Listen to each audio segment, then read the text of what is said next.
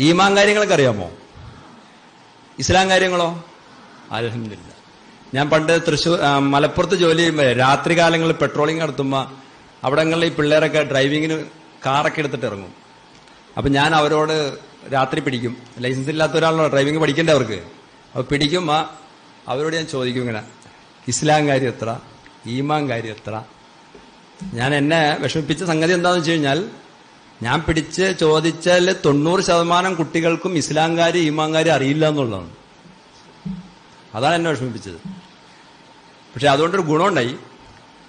പിന്നെ കുറെ നാൾ കഴിഞ്ഞ് ഞാൻ രാത്രി പിടിക്കുന്ന പലരും ഇസ്ലാം കാര്യം ഈമാൻ കാര്യം കൃത്യമായിട്ട് പറയാൻ തുടങ്ങി.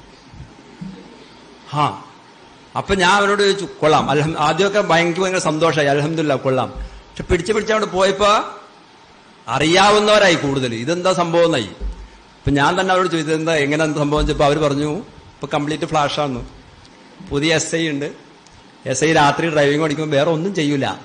പുള്ളി ഇത് ചോദിക്കും, ഈമാൻ കാര്യം എത്ര, ഇസ്ലാം കാര്യം എത്ര എന്നൊക്കെ ചോദിക്കും. അങ്ങനെ പഠിച്ചു. അൽഹംദുലില്ലാ, നല്ല കാര്യം. അവർ പഠിക്കണം, ഡ്രൈവിംഗ് പഠിക്കണം. അപ്പം